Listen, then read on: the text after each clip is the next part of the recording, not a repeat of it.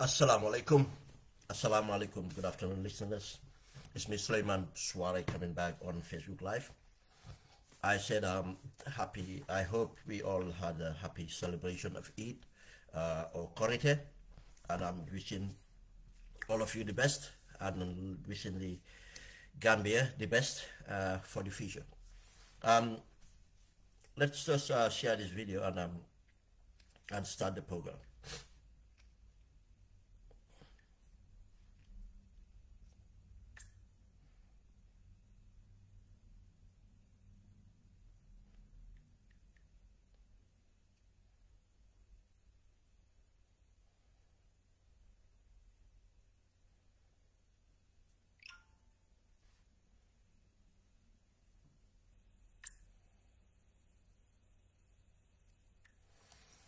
Thank you very much. Thank you very much. Today is Thursday, the 5th of May, 2022. The time is just gone 35 minutes past 3 o'clock in the afternoon in Birmingham, England.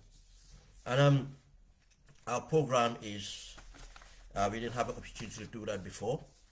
It's just, to discuss the Barrow 𝐶𝐢𝐬𝐬𝐜 threat to Madi Jobate and to an extension censoring of the media. And the other bit we're going to emphasize on would be the appointment of the new cabinet. Appointment of new cabinet. Thank you.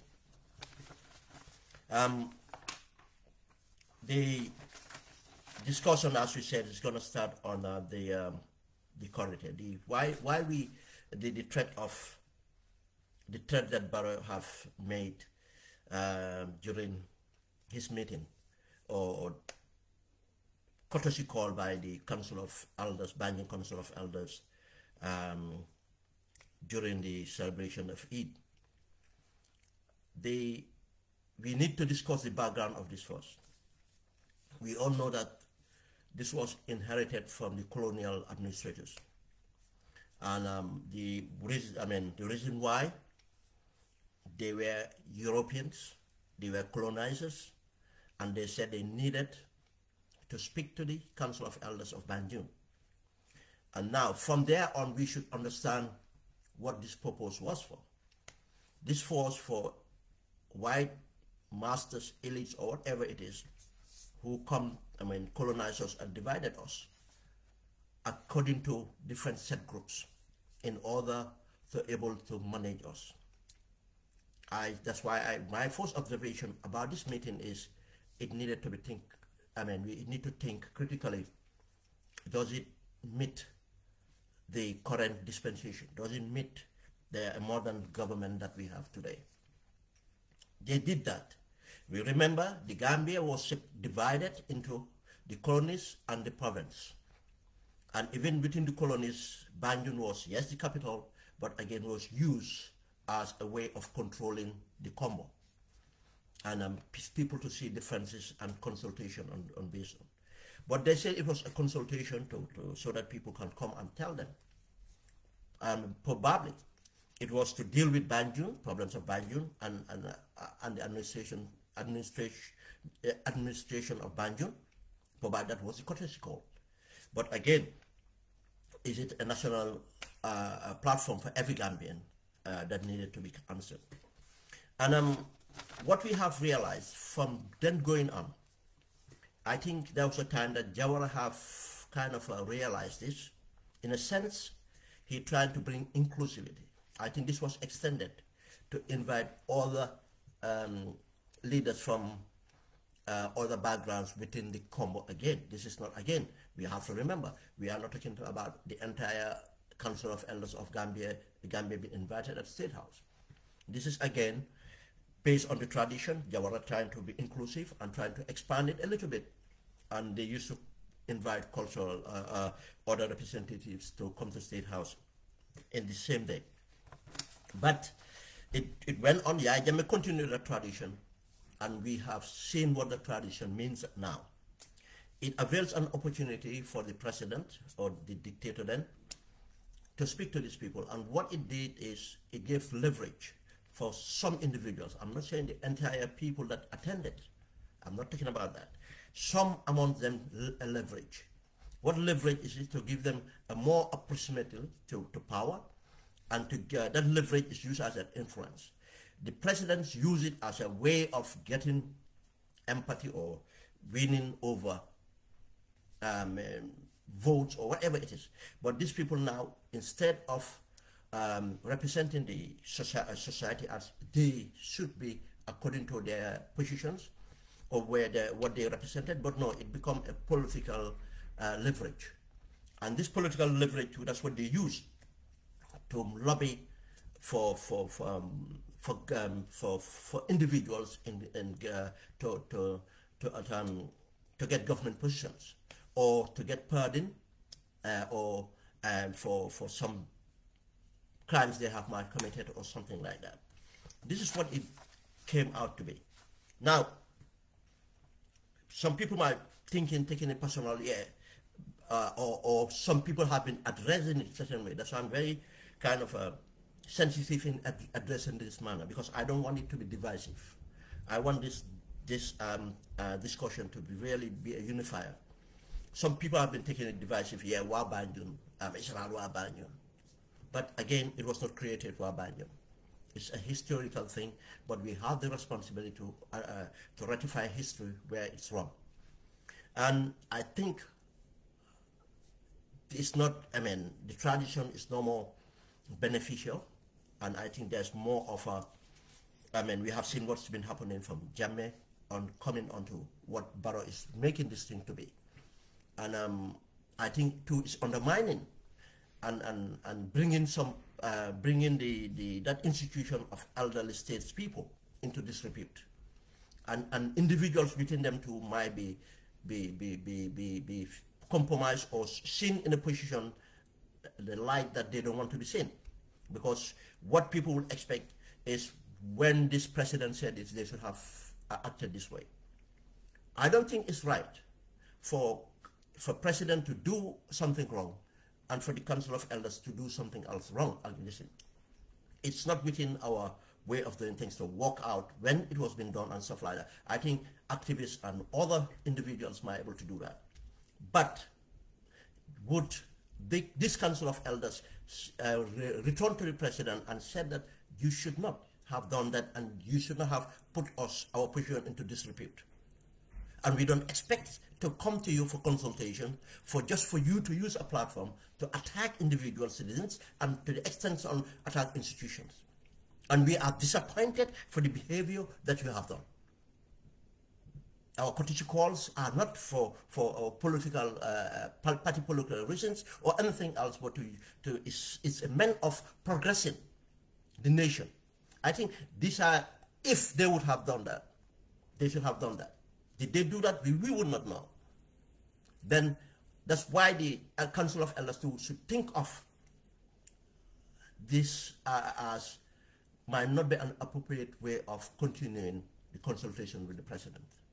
In our constitution, the president have a mandate to meet the people at national tour. I think this should be scrapped, and the national tour should be redesigned, because we have seen it subsequently from Jawara, Yaya Jammeh, and Barrow using the Meet the Farmers Tour or Meet the People Tour as a way of party politic propaganda. I think should be redesigned so that either one way is just throwing it out there. The president can meet administrative regions, and in meeting those administrative regions, they can, so that he can hear directly from the people, and representative of every subgroup would be invited. In a sense, the Council of Elders will be invited for that administrative region. That include the religious and both religions or inclusive religions would come into that. Youth representatives would be there. Women representatives would be there. Like I said, the NGOs will be invited, and other organizations will be invited. In that way, the politics will be thrown out, and there will be a purely consultation that the presidents will have directly with the people. And maybe 2 days or 1 day in a region, and another day somewhere else, and it will be a region. And this message, they will find a way of cascading down this message down to the region, and or down national or nationally, so that everybody would be aware of what the president consultations was about, and what the government position is based on this consultation. I think this should be the way forward. Now, we go on to, that was about the background and suggestion. I think, I mean, there are many ways it would be done in order to bring it, but I think this meeting of president in 𝐃𝐢𝐬𝐬𝐜𝐬𝐬 should be discouraged, should not be encouraged, and it's not doing us any good. Now, the spirit, if we look at the background and we look at the spirit of this consultation or meeting, courtesy call, we call it, whatever you call it. As I said, there was a historic part, which we all know the colonials do things for certain reasons, and subsequently political parties like PPP came in.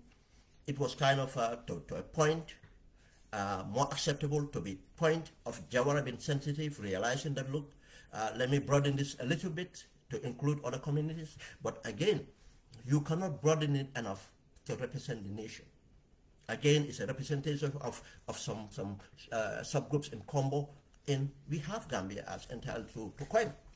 I mean, and now, as a modern state, we should be learning from these mistakes or wrongdoings, and in order to rectify them. But the spirit of the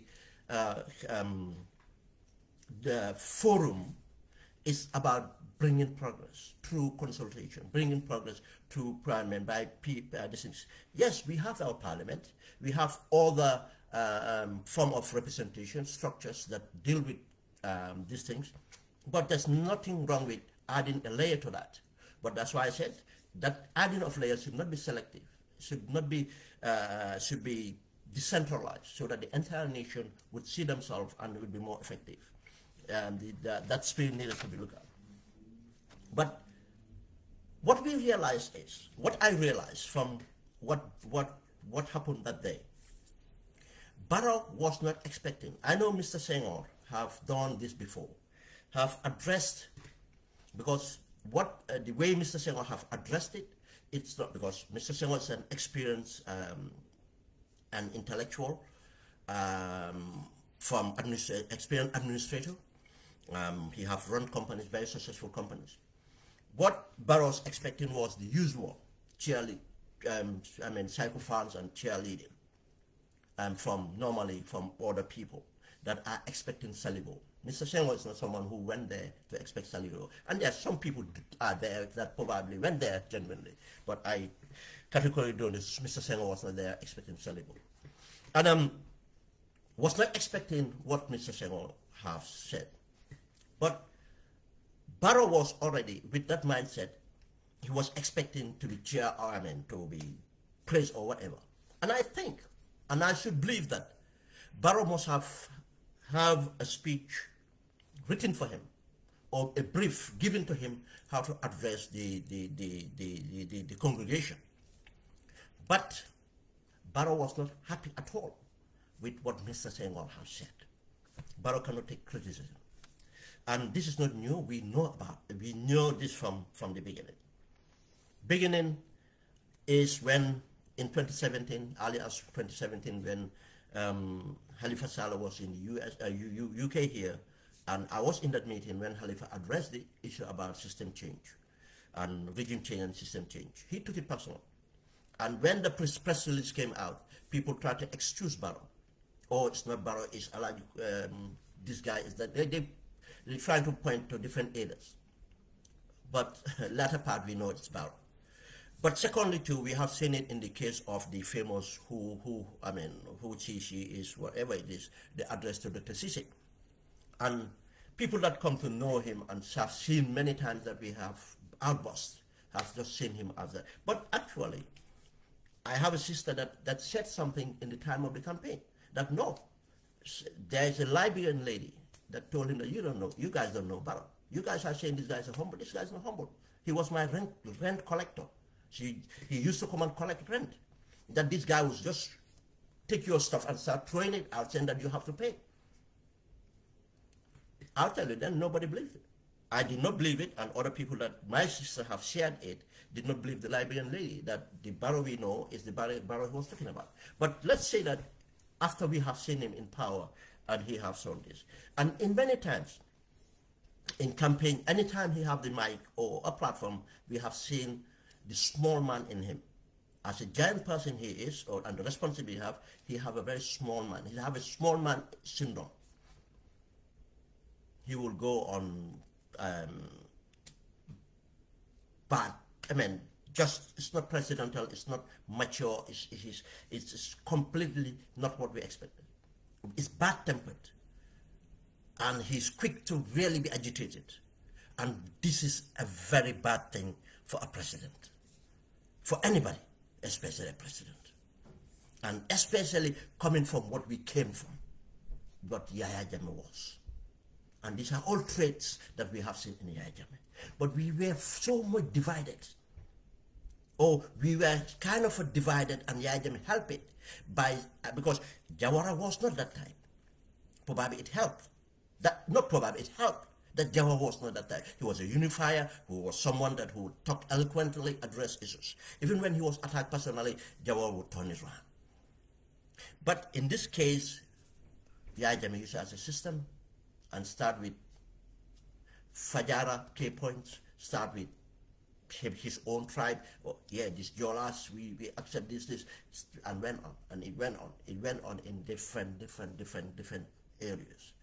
I mean, we all know that. That's why we should be very careful again for what this is. That's why I said, this is not about Mahdi Jobate. Yes, Mahdi was targeted, but you can see the response that Barrow did to Mr. Senghor. It's about not happy about Mr. Senghor's position or what Mr. Senghor have presented. He was expecting being praised. And from what Barrow has said, an answer to Mr. Senghor through Barrow came out again. And even that time, the tone and the way, you can see it in his expression that he was kind of not dealing with it right. Because if he was brief, or for any mature leader, all you have to say that all your points raised have been appreciated and have been noted, and my government is going to work through and will continue to do, to improve. We have improved on these levels, and we have we are expecting on better days for this and that and that. That's all you need to say. You don't need to go personally trying to say that no, my government have done this. To the point of we know that what he was saying was not true. I give you an example and move on to that. When Barrow talked about NAWEC, Barrow knew that NAWEC's problems, Barrow is part of the problem of NAWEC. I said it here many times. Go and find out how fuel procurement is done with NAWEC. The new actors from Ababakar Jawaras and new actors in NAWEC that started came. I'm not saying that the old actors were better or they were good, but we expect better. We should not just go blaming, oh yeah, no, we expect something better. That's how we should measure, not to lower the bar. We should put the bar higher. That's why we appoint people. That's why we vote for people. The people, these are people directly connected to Barrow. And they become worse than the marketers we used to have, oil marketers we used to have. And now 40% of NAWEC budget goes for fuel. You see the scope for corruption. And not only that, the corruption is not only about invoicing.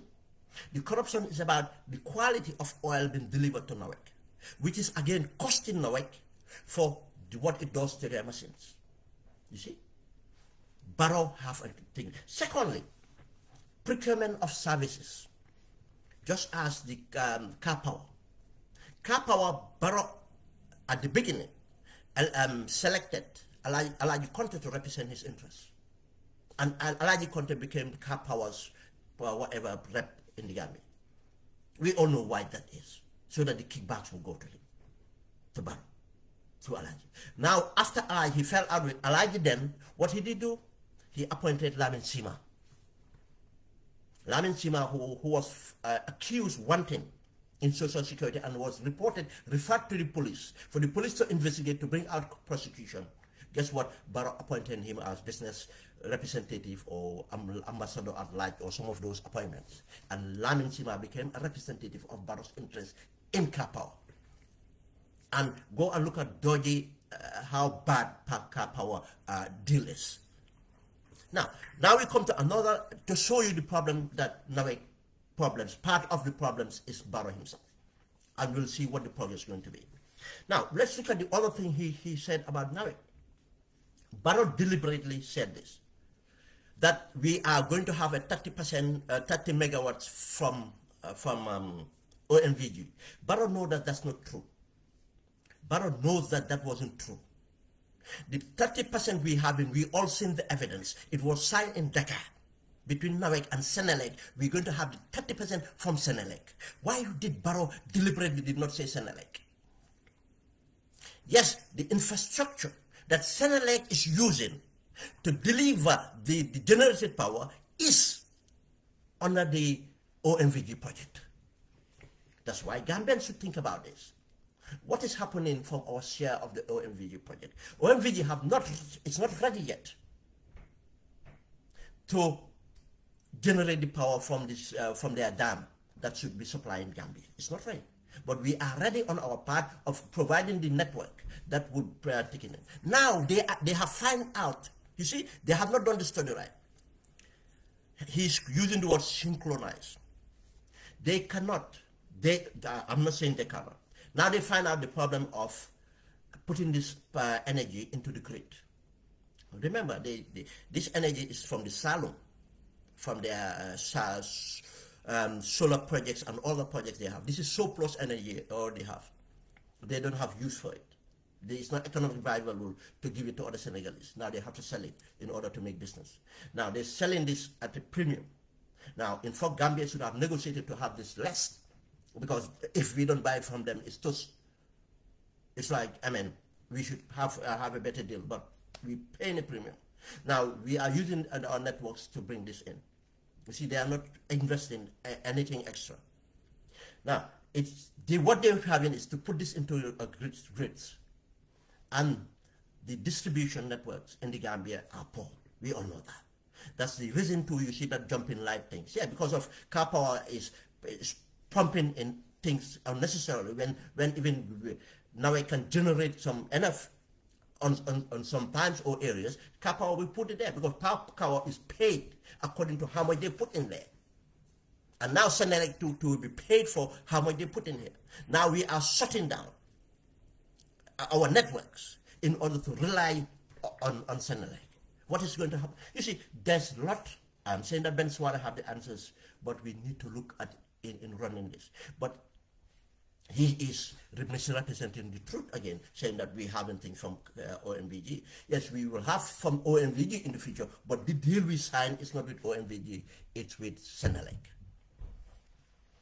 That says that he was angry. And that anger, what this did was, it was to raise, because he's already angry with a lot of people, but Madi Jobate principle.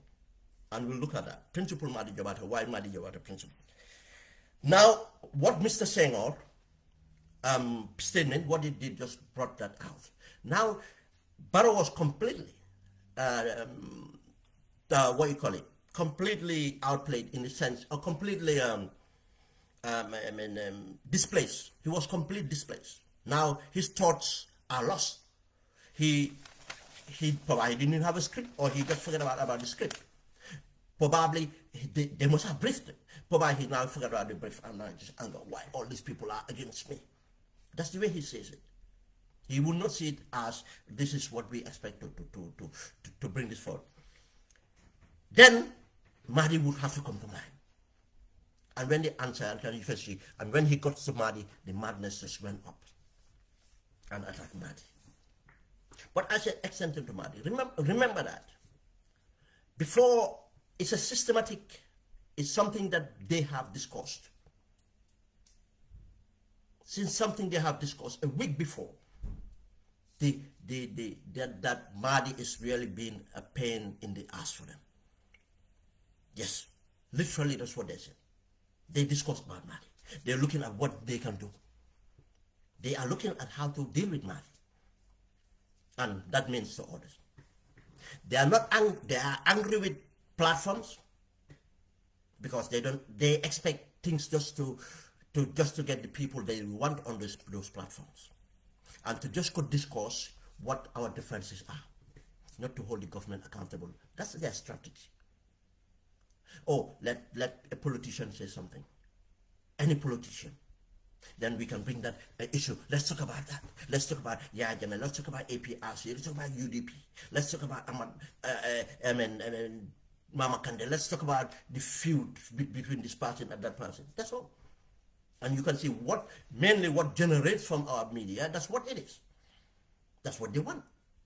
The other thing that generates from our media is just presenting whatever the government gives them. They present it as news.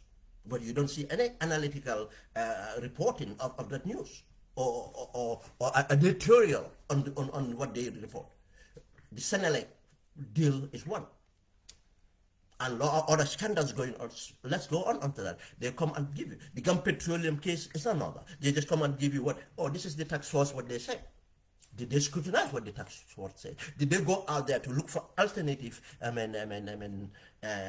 positions to bring it to people can be educated? No. That's why they are angry. Now they have to angry with Mahdi. Mahdi is persistent. Because I'll tell you, most of board meetings, most of government meetings, what happens on social media is what really moves them. That's what really moves them. Now, we had the Ibrahimas kind of attack Mahdi or go again on Mahdi. That's what they do. But this time, when it happened, they did not go to their favorite platform, Coffee Time. They run from Coffee Time. And they send that novice again. What's his name? Mamadi Njai. And they didn't want to deal with the issue about the outburst or the threats. We had that. Another thing was how Mahdi dealt with Samsar. Because these are the kind of people they want on the platform. And Mahdi went for Samsar, but not only for Samsar, but people like Samsar. And again, Mahdi addressed the platforms. And Mahdi was not only addressing Kerfrato, he was addressing the platforms for what they do. And now, that's why Barrow have to address Mahdi and address the platform to counter what Mahdi has said. He doesn't want the platforms to listen to Mahdi. What Mahdi did with Samsar broke the camel back from Barrow. He was fuming. Because Barrow wants something done. We should not allow this. For him, that shouldn't be allowed. The small man in him cannot accept being criticized. Then, because of that happened, and the outburst came out and went on Mahdi. Someone asked me a question, can an elected person become a dictator, and so on? Yes, but it's not easy. It's easier for a person that comes through the barrel of the gun to be a dictator, because already one thing the person to do, one thing the person does is to suspend the constitution. And once you suspend a constitution, anybody that technically we lost our freedoms. That's where the Magna Carta is. That's why habeas corpus, how to call it, habeas corpus, that's where everything is. Our rights, fundamental rights. Now it's going to be represented by degrees. And the degrees are drawn in a way to have control by the people that took over power. That's one. And two, if overthrow of government are successful, what does that mean? That the geopolitics situation have allowed it to be successful. Now, that government is kind of effective now because it's allowed for them to overthrow. The geopolitics have allowed them to overthrow. Domestic have allowed them to stay. That they're taking over from the powers. Because if the people can allow a group of people to suspend their constitution, and House of Parliament, no process, nothing, they go silence, now they have total control. Now, those people are already dictators. But for an elected person, have to deal with all these things. You have to deal with the constitution. That's why I said challenge, challenge, challenge, challenge. That's accountability. That elected person, not only to deal with that, have to deal with the consequences of the domestic resistance of certain things that they want to do. You see, that's why they have to continue to divide us, distract us, for us not to hold them accountable. And the other thing is the regional bodies and the international community to have to look the other way for him to get away with the other things. You see, it's kind of very difficult. Not one thing. But the person said, but he has the infrastructure. I'll tell you one thing. It's not without trying. I'm not vowing for anybody, but I know, and everybody knows how much I Paul Sonko, the outgoing interior minister. The outgoing interior minister have been resisting a lot for what Barrow wants. He will manage and do something decent. The IGP, I'm not vouching for him. I'm not vouching for him as well. He have resisted a lot. But there's always a way to undermine command. And Barrow have been undermined that command. Some of the action that happened that we are not pleased with have been undermined by Barrow Barrow have undermined the system for that to happen. But that's for another day. Just to show you that it's important to remember that the infrastructure that we have around is this conducive for someone to try to be a dictator. We haven't have our reforms in the civil service. Civil service reform are important. They are the backbone of a government, the government machinery. If they are not professional, we are toast. We have not reformed the security sector. That's why we have seen the actions of the PIU. And if we are not careful, it might contaminate other services. What we had gains. When we came in, we had gains. The NIA and others, we don't hear the NIA anymore. That's an improvement. The police to a level, we don't hear them until any small thing, then we see when we hear the police, it's about their other services, but not to be used by the president. But when it comes to the public order, that's where we see another part that we see the effect of lack of reforms. And we have not reformed our constitution. We have not have a new constitution. That constitution was drawn for a dictator. Not the original, even 1997, because remember, this constitution is doctored in many aspects, so that the powers rest entirely on the president. If you go and look at the Local Government Amendment Act, you can see what is being done by taking power away from authorities, local authorities to the executive. And the reason we have local authorities is to decentralize power.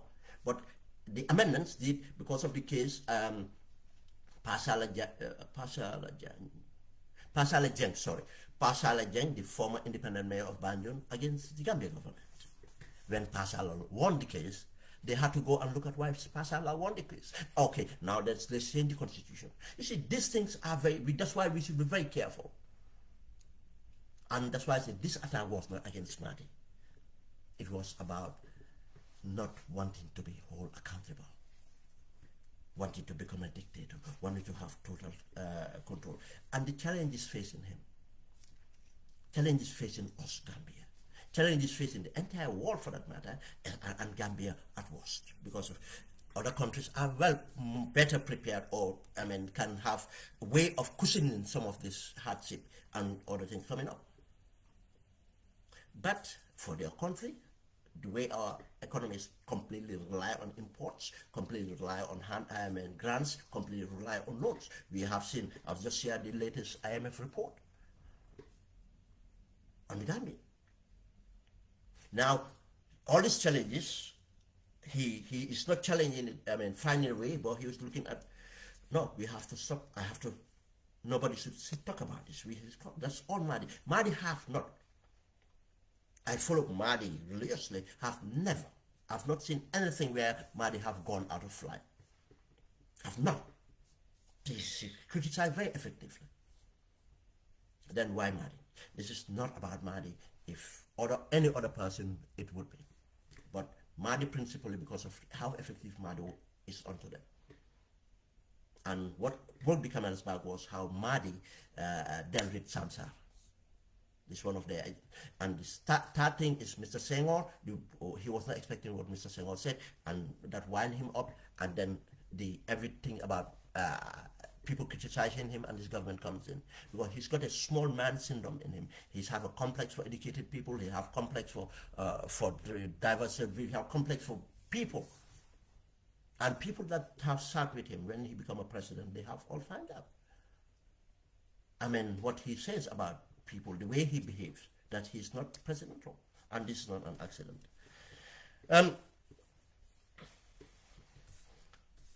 We have to see this thing as well, that it is trying to censor the media. But the most important thing about this threat is to be understood.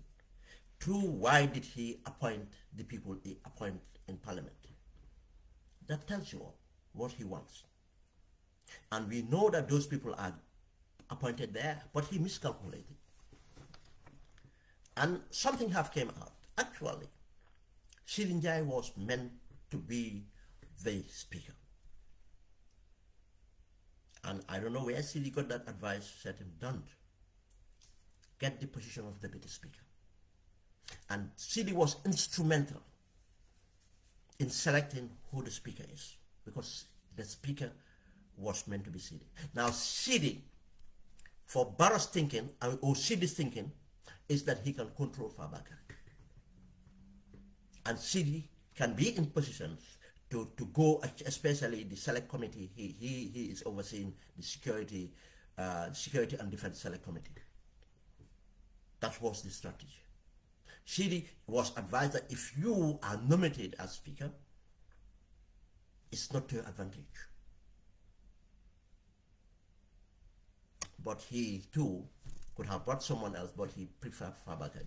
Now, what Fabakary have said, after the appointment of Fabakary, what Fabakary said about the elections, 2016 elections, Barrow went mad.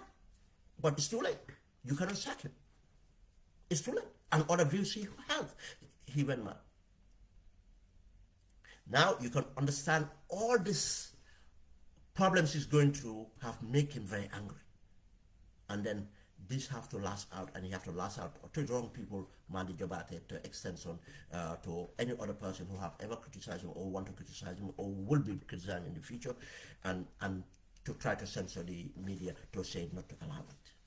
Now it's up to us Gambians to read and to understand where we are. This is a very recent history, and we have seen how it came about with Jammeh, and this is where this guy is going. He's got all the traits of a dictator. But we have to continue to the point of seeing the new cabinet. And again, we can understand a lot from the challenges Barrow is facing. And the diligence of the parliament can tell us a lot.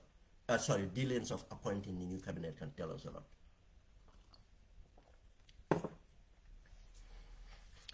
If we look at the cabinet, we see the old and the new. And this has been the tradition of Gambian governments. With Jawara, he have never revolutionized appointment of cabinet. Mainly it's the same. And again, Jawara has limitations due to members of parliaments. Members of parliaments have to be appointed in cabinet. It's only, I think, I'm not sure, somebody might know, the finance ministry and justice. Definitely for justice have to be based on being a technocrat. But the rest of these things have to be this thing. He was restricted in appointment of cabinet. That's we used to see the same old and recycled one way or the other. But again, doesn't mean that we could not have innovated, we could not have amended constitutions, we could not have done other things to meet up with the new challenges.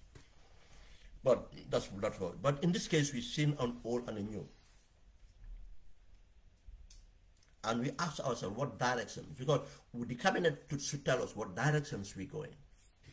And that's where it's interesting to understand, then to look at the challenges we face as a country, and the same challenge I said globally is being faced, but most impactful on Gambia because of lack of structures. The system is not working, and we have been not been productive the past 5 years. Everything else we have lost. Any edge we ever had, we lost. We lost our ports in, operations, we lost on tourism, we lost on agriculture. The small things that we used to do, we cannot even do. Everything have to be imported entirely. We lost on by the export trade. These are the big things. And our health service, too, is not performing as expected. We are losing on every front. We have not been productive. Now it's a bigger challenge we have. We have to understand it on there as well, to find out where we're going with this. And to get that, to understand to what challenges Barrow had to appoint a candidate. You see, the challenges could have been different. Like someone said, I have a challenge here because I have so many qualified Gambians. Now my challenge is how can I bring these people and represent the vision we have as a country to move forward? How can I have that inclusivity, the diversity, the gender, because again, it's kind of something that you have to try to meet, but that should be your challenge. But Barrow's challenge was not that. And we'll go through what his challenges were. And again, people that understand public administration and things, I will tell you, there are remedies for this. There are metrics that you put in order to help you to do that. Then again, select the right people to advise you and help you to formulate your government. Because all you need is, what do you need from these people? Where do you need to take this country? Build a profile. What profile should occupy these different ministries, or in fact from the extent of revamping, what set of cabinet do we want to see? But one thing is we needed an austerity cabinet. We didn't need a 21-man cabinet, 21 position cabinets. All this will tell you the challenges he was dealing with was different from the challenges we expected him to worry about. And these challenges came in different forms. And one form is the lobbying. You see, the problem with Barrow is he's too accessible. And sophistication is very important. And especially if you hold an office like a president. And people say, oh, he's very accessible, he's humble. No, it doesn't mean humbleness. It doesn't mean humbleness. Jawara was very humble. But when it comes to administration, Jawara was not accessible. He was accessible necessarily. He let people to do their job. You just don't walk in and say, today I'm going to see Jawara, or tomorrow I'm going to have Mbahal with Jawara. And when you have Mbahal with Jawara, you discuss anything, government and anything. No. He was very accessible. Accessible, I tell you, you go to the golf course, anybody can meet Jawara at the golf course, even when things change, when he had the security. He let them, his game was disrupted many times. But obviously it's about meeting him presently, shaking hands or whatever it is, where at times his security might even be compromised. But he was humble, that's why he does that. But it's not anything to talk about government or anything serious. And I tell you, he do invite people that he want to hear their opinions. Consulting. And he do visits people on privates when people not even expect it. Dead of night, times that you don't expect, and nobody would be aware. I talk about this incident. A young officer who was in charge, who was on duty that day, in the setup. I don't want to get into it because there are certain things that happen civilians don't know. He was on duty to take it, and he was in charge of Banjul and Bakau area. And he went on his patrol, and this was around after midnight, around 1 o'clock. He was coming out from Banjul, they did his patrol, surveillance patrol, and this was in 90 or 98, 99.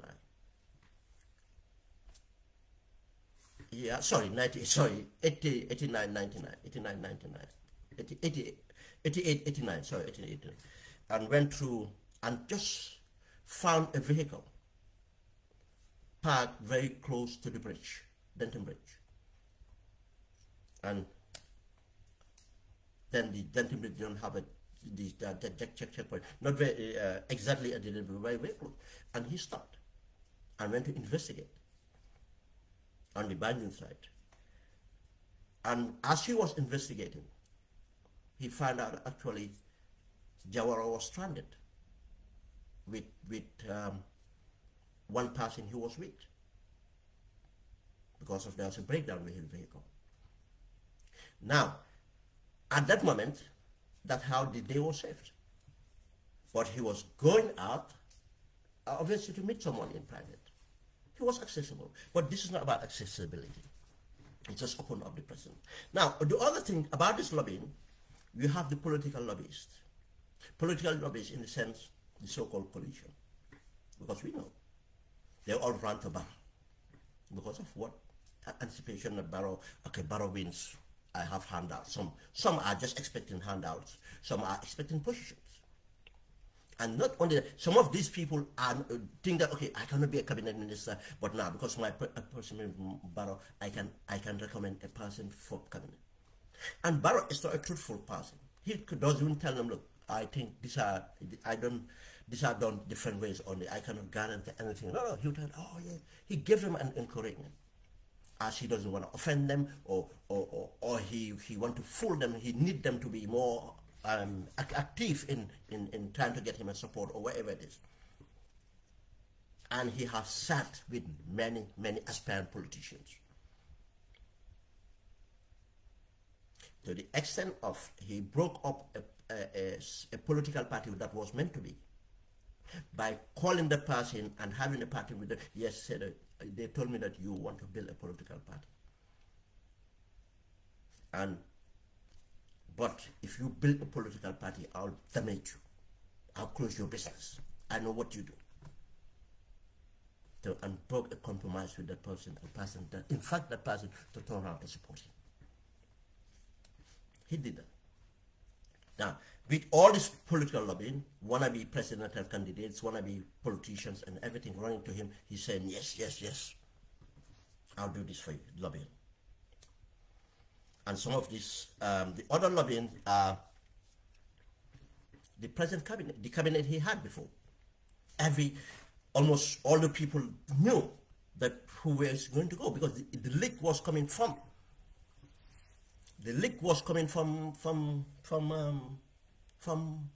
how to call it? From Barrow. And Dauda MLCC is here, listening. 10 minutes before the announcement by Sankara, that's why I was laughing when Sankara said, I am opening this envelope as handed to me by the president. It's just a joke. You see, they started the briefing. They went and briefed some media, this thing, or yesterday, these are the ministers that are going to go. They did that. But most of these ministers we knew. Dauda MLCC is here.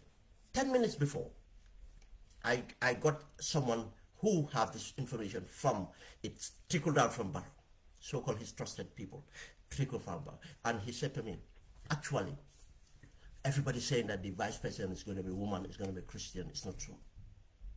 Badara Diouf is going to be the vice president. I said it, I said, Dauda, listen to this. And I went to a group I am, and they were selling this, oh, it's a woman, and now they thought even the lower education minister would be the person. And I said to him, surprise, I have information that the person is within cabinet and is a man. I shared that. Just shows you how insecure we are, how unprofessional the state house is. That leak came from there, but many leaks came out. Again, Mambouri Njie was going to be assigned as Minister for Trade. Mambouri refused. And they dealt with this before. And last minute, Barrow did that, Mambouri refused. That's why it was omitted. Now that's why there's no Minister of Trade. Now the same person who was moved from Minister of Trade to Finance is holding onto the portfolio. But Gambians that followed, I told you during the petroleum crisis that CD should not, because CD is conflicted.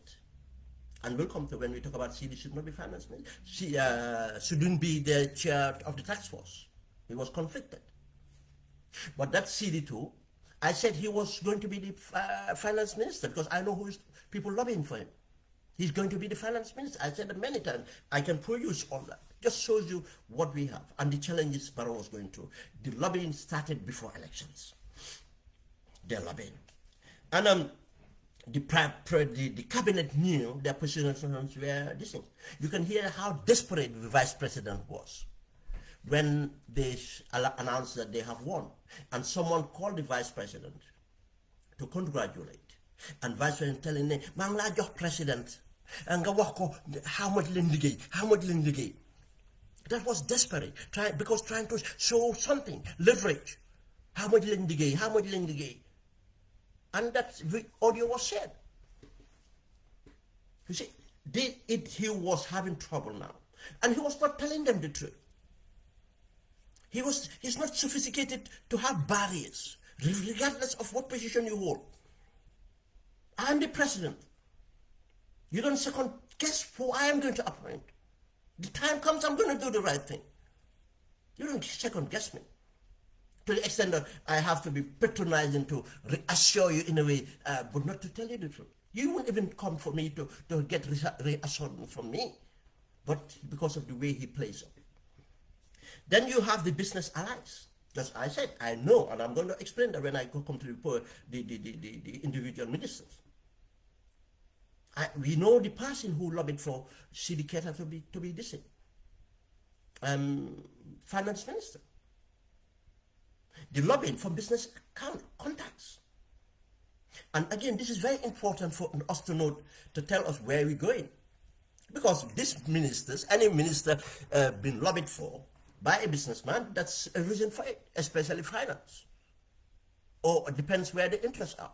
When people lobby for people, because yes, they might be relatives or something, but there are genuine lobbyists that will just want to see that I'm going to lobby for this person. I think he's capable.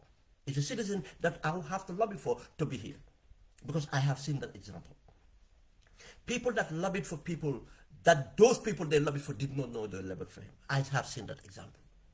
When those people were told that, oh, actually this person was talking about the good of you, endorsing you, they were surprised. They didn't even know that actually these people really followed them. And they see value in what they do. But these business people were lobbying. From Haruna, some Ahmadiyya, and different business interests. They were lobbying. He have a challenge to deal with that as well. He's not truthful for them. He's giving them. But most of these people, business people lobbying, they are corrupt. Now, what you're going to see, what you're going to do. Family and friends. The first lady was lobbied. And one of the people that you really need to lobby to get things done. The first lady was lobbied in order for some of them to be in. That lobbying went on.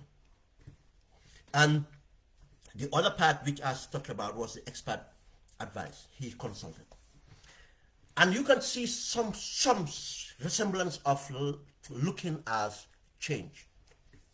Barrow have consulted. The reason I'm not going to name these people, because it is right. The government have to have discussions. And these people are private, and they did not offer themselves to Barrow. Barrow offered us, and us. And they give him a list. And when the person told me, I said, look, I mean, I think Barrow is just scared. But I don't think this list they gave him is going to come through. And it did not come through. Not a single person. Not a single person came through.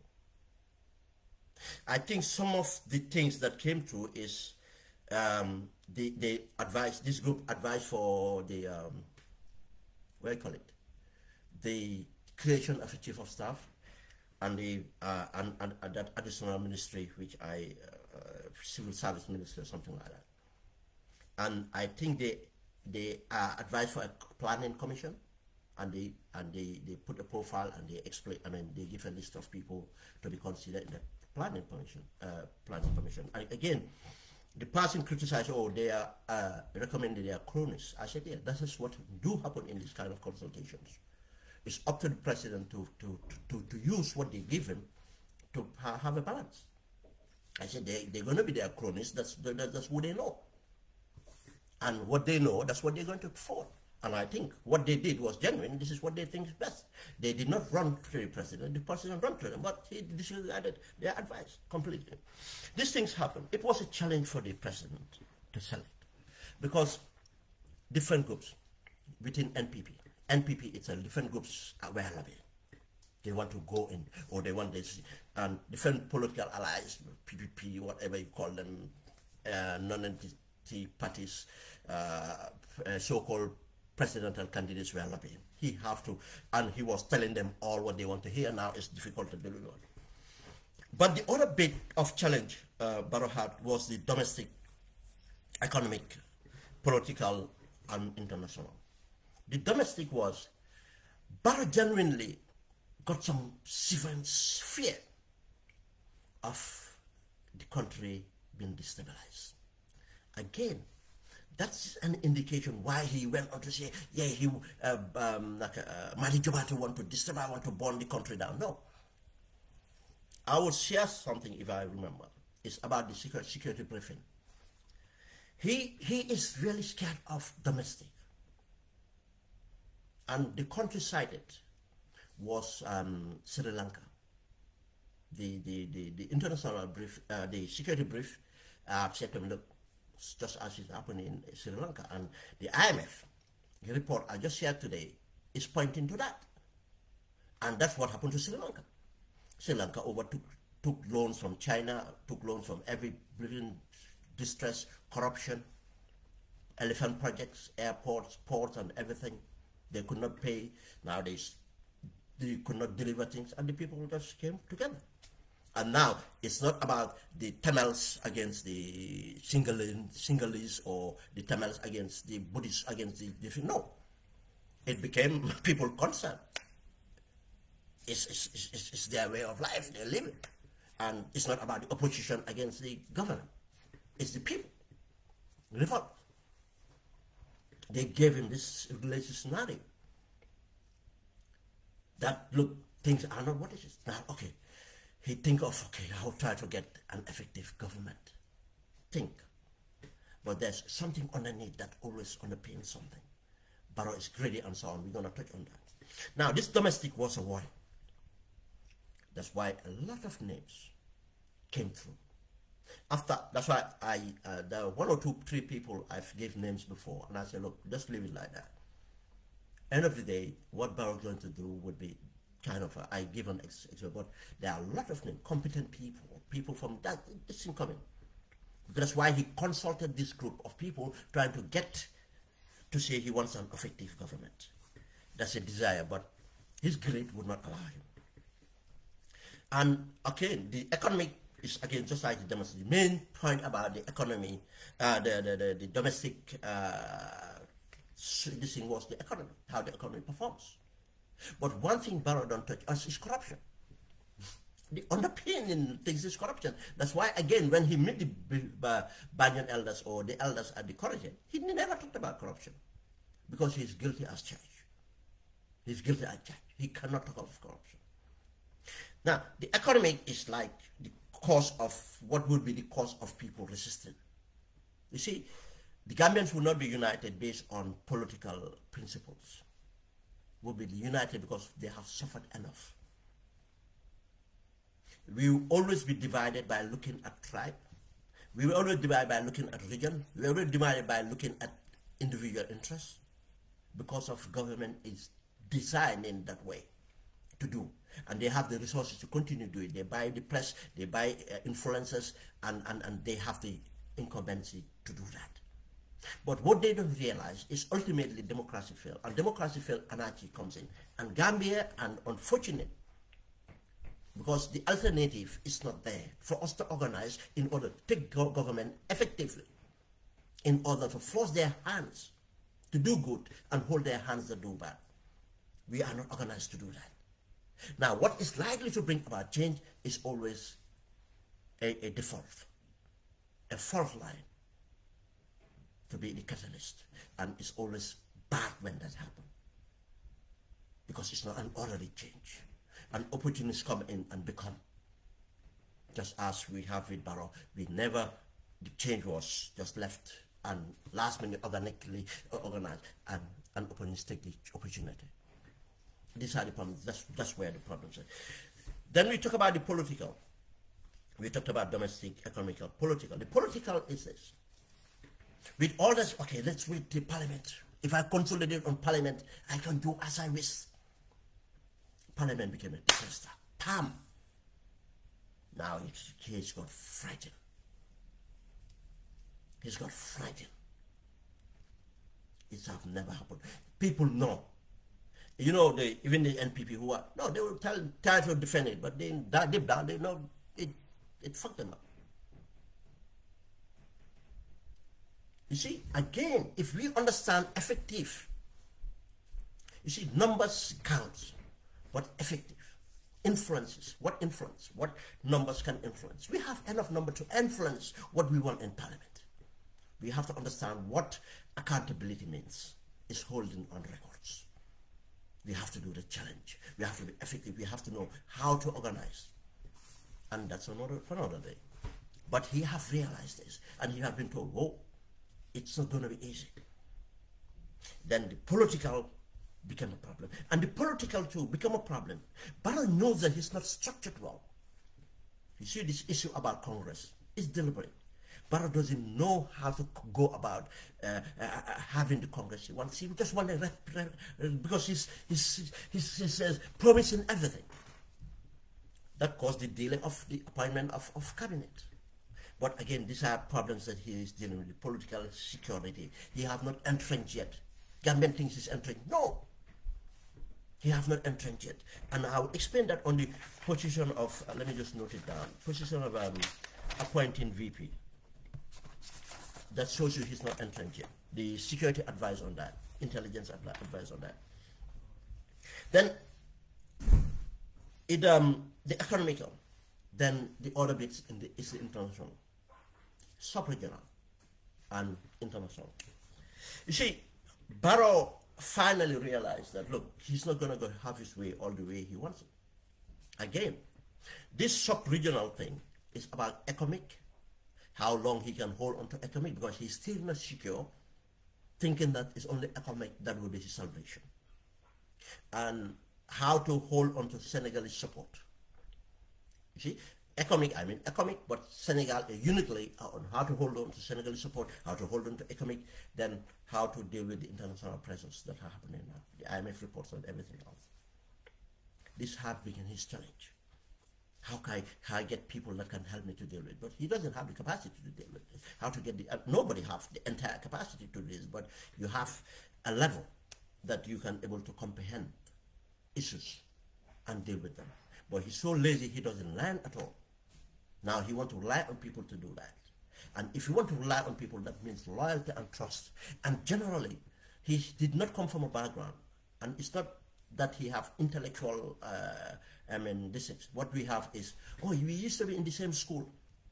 Yeah, kind of that. But it's not strong ties with intellectuals that he can say that I trust these people. It's not been in intellectual circles. And everything you do, that's why I said his loyalty is to people that he knows. He dealt with. That he thinks that they are loyal to him. But these people don't have the capacity. They are small businesses. They are small wheeler dealers. They were small political actors. Lamin Cham and others. He doesn't have things that they can do the things. They don't have it. This is another challenge Barrow had. The other bit is Barrow passed deeds in the first term. Barrow, you see, he thought he can do certain things and live with it. Now he have found out. You see, even going to visit OJ, although it was a plan. We know when he did not want OJ. Yeah, in the beginning he showed Uncle OJ all that respect. But when he wanted to fire OJ, he did it ruthlessly. He never consulted OJ. He did it ruthlessly. I don't even want to see him. OJ came to work. I tell you, many people are relieved of their positions in one manner that they appreciated it. He did not, relieve OJ from that position to give him something else. Or he did not consult him. He could have consulted him. These things because of these issues. I think it's the best way to deal with it. And I think you still have a capacity that I need you to be one of my political advisors. But no, he was ruthless. He was angry with OJ. Because at that time, OJ was holding onto one position. Maybe 3 years have to be respected. But that's why he was ruthless to him. Then, and many things he did, he could not redo. And smart people started to take that as an observation when they deal with him. If he can do this to Ben Swari, what do you think he's going to do to me? If he can do this to Aissatou, what do you think he's going to do to me? You see? Now, and he's dabbling with this now because he has seen signs of these people that he dealt with, or people that he's dealing with, are kind of positioning themselves or showing themselves, oh God, I can't really trust you. I can't really rely on you. Some people did something bad to realize that, okay, these people just dealt with me this way because of the way I dealt with certain issues before. This become a problem. But again, the problem with Barrow is the corruption. Make him it's difficult for him to get rid of certain people in cabinet. That's why you see the old cabinets intact. And I'll point to those old ones. Now he wants these people to continue, because of his grit, and continue, and these things that he wants to do, to those people to continue to do it for him. Political and everything. He has to rely on these people.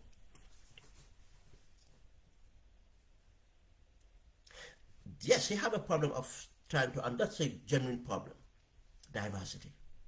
But his diversity is not in the lenses of gender. No. His diversity is not lenses of generations. We could have helped him if he had a profile on positions. Certain profiles will tell you what you need and be represented. His politics diversity is all based on tribe and region. Not even on religion, on tribe and religion. For his on religion, he just thinks that one Christian is done, or two is done, because this is the population of Christians. The problem is on this. Diversity was a problem. As I said, corruption is the problem, and the problem too is the cabal. The cabal have control over Barrow. And these are the Mohammed Jazz, these are the Hamadi, these things. Let's go on. You name them. They have a hold on him. These were the problems, challenges he have in order to deal with the cabinet. And the other thing is the agitation. Barrow is easily agitated. Barrow is easily agitated. Someone said to me, oh, why didn't you post this? I said, no. I don't know. I mean, Barrow, I can agitate Barrow whenever I want. He's agitated.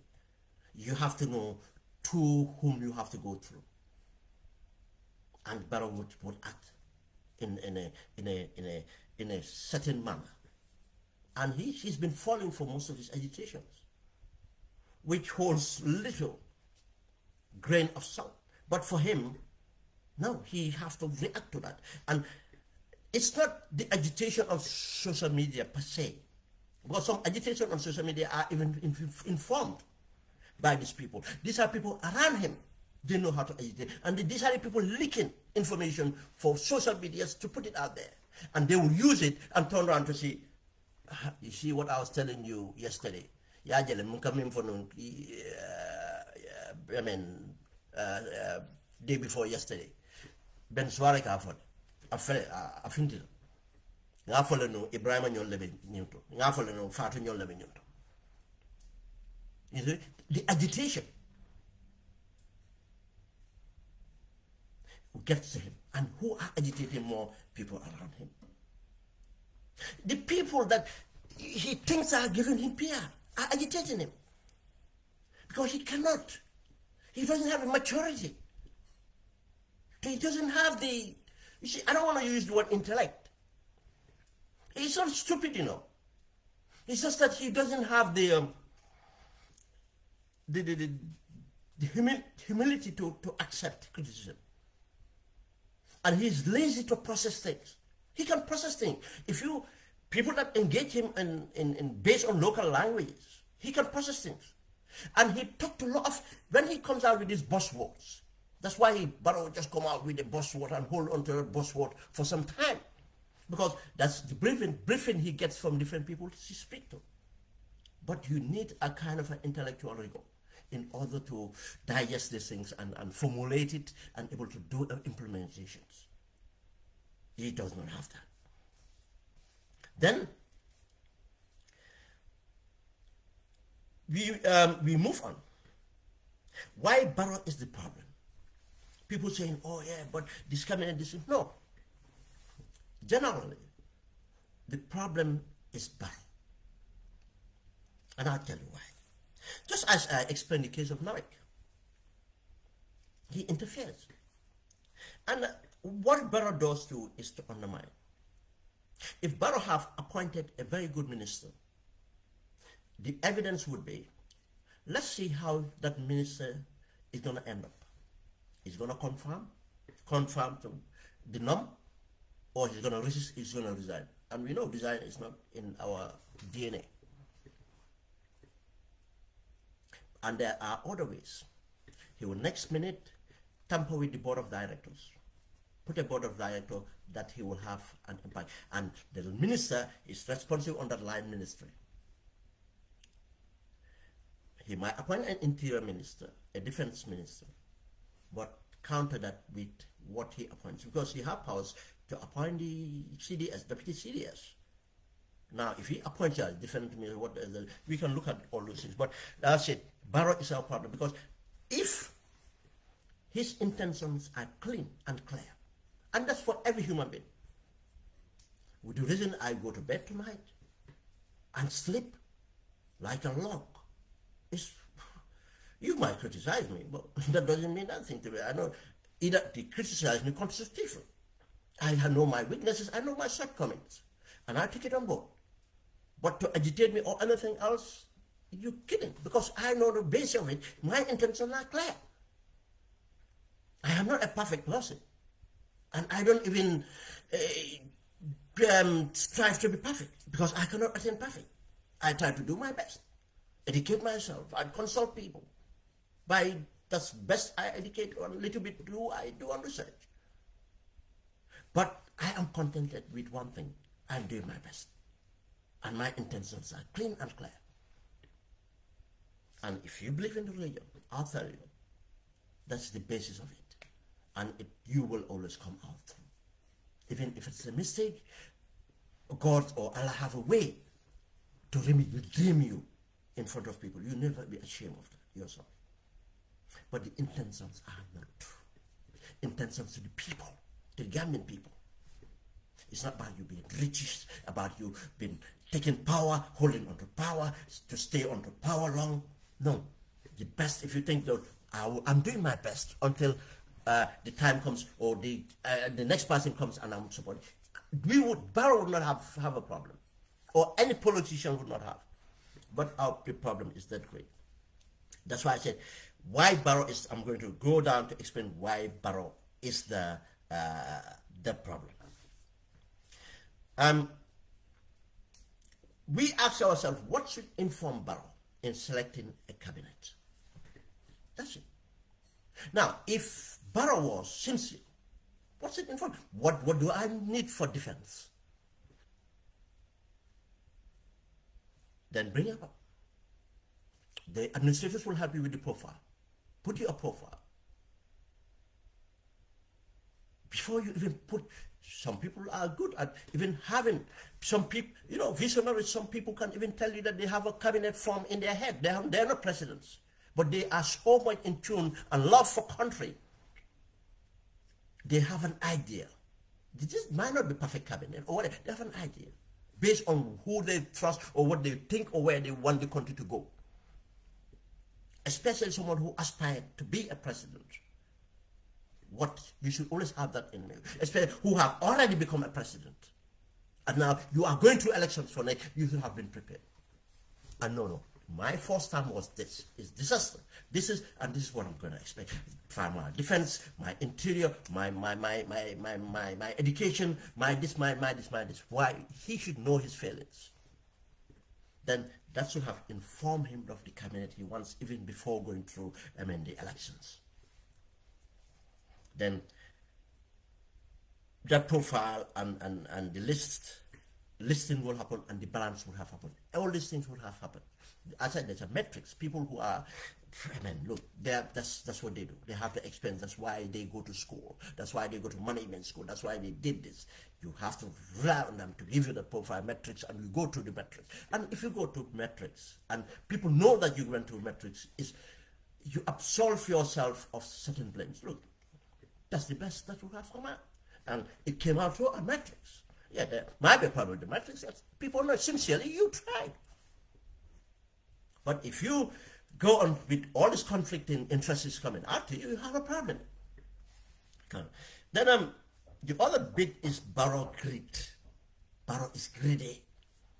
And it's not an insult. We have seen the evidence. What have he amassed? But you see, again, just as he did in the with the Council of Elders, I have this much coming to power, which is a lie. It's not true. We have seen the improvement of nourishment to use yourself and your family. We have seen what you lived with before. You see, if it was not you are, no, you would not have gone for that. No, you wanted all that. We have seen the schools you take your children to now, different from me. Yes, I'm not saying that when you are better off, you don't do things. But we are saying that no, because you were not better off. That's my argument. If we are better off, or if you were trying to, one trying to debunk here is trying to put things in a perspective that's not true. We have seen the evidence. You were not rich. We have seen the office you operate from. It's a rundown site. We know the kind of clientele you have. Nothing out of a profile. You have never built an estate. You have never run an estate. You were renting out sala cabinets and single rooms and whatever it is from friends and family. It's not because of your competence and anything that you were up there doing things. No, you have not built a business of anything. That's what it is. That's nothing wrong with that. But that's the fact. That's an achievement. You can celebrate that. I am not putting you down for that. I respect you for doing that. Anything that you do legally and to survive and to support your family, I support you there, Barrow. But the thing is, you don't use that to want to change construct it in a manner to justify some of the things that you are doing today, stealing from us. That's what I'm saying. We have seen. Look, one cannot even list the properties, prime locations, properties, buying here. Just in Bakau, I cannot even list you around Bakau Fajara, how much. That's including him and his, wives. And even the second wife, they always humble. You'll be surprised. One day, the list will come up, and you'll be shocked that all of these people are acquired. It's great. And the great which sin it. He knows down in himself. Look, I happen to be a president. Am I doing a good job? Can I do it? No. He knows that he cannot do a good job in this. Well, why not deliver? No, he have to take he have to stay on there is that grid. And that grid too, I'm telling you, on people that have seen and knows and seen the kind of corruption have been going around now. Accumulate taking gifts and everything. He knows why people are giving them gifts. And he have given them back to the what lost to us, the Gambian people. Just as that Chinese that gave the 35 million. The Chinese have a contract for Norway. And now the Chinese can do anything with that contract. Substandard. We have seen the corruption on the Banyan project. We have corruption in every project that this government have designed. The only implementable projects were projects designed and delivered, implemented by the donor agent themselves. Just like the Chinese project of roads and bridges. Just as other projects that were designed, even not by Jammeh, but in the Jammeh's government time, these things and executed by the donor agents, but not him. We have looked at it, everything else. We have seen the failure of the OIC projects, and everything is because of that greed. Not only him, because of, I'm talking about him appointing, and obviously he allowed it to happen, because nobody have been brought into books. Even the Petroleum saga have not been resolved. Now, they are fighting among themselves, trying to, do things in a way. But any government would have delivered that justice a long time ago. It took this long and still we haven't got anything conclusive. Now they're fighting among themselves and they want to sacrifice the MD himself because he was stupid to be showing off. Now, we move on to that. Greed and everything is the temper. It's evident. We talked about it before. That temper kills him. And he lacks the humility. And he is lazy to learn. He is lazy to learn. That's why he's struggling. But again, we have to understand the power of the executive. That's the problem of Barrow. And he loves that power. And this explains it. That's why I said Barrow is the problem, is the draft constitution. If you look at the reason Barrow went all out so that we will not have our draft constitution be put to people, is because of Barrow was not happy, and happy about what is the issue of his powers as an executive. I'll tell you one thing. Any sincere person, one thing you do is look at your powers and say, this is out too much. And if I hold on to this, it might destroy me. I have to make sure these powers are checked proper. And that's what came out from the consultation with the people based on the draft constitution. One, self-perpetuation in power, staying long in power. It was the downfall of Jawara. There's no incentive. Now we recognize that we have to do this. Who is bound to say that, no, this time should not be? Is that not great? Are you not doing it for the people? You came under an agreement. Even if you disregard that agreement, is great. But again, it's the love for power. You are not looking to the interests of the people. You don't look at what does it do for the nation.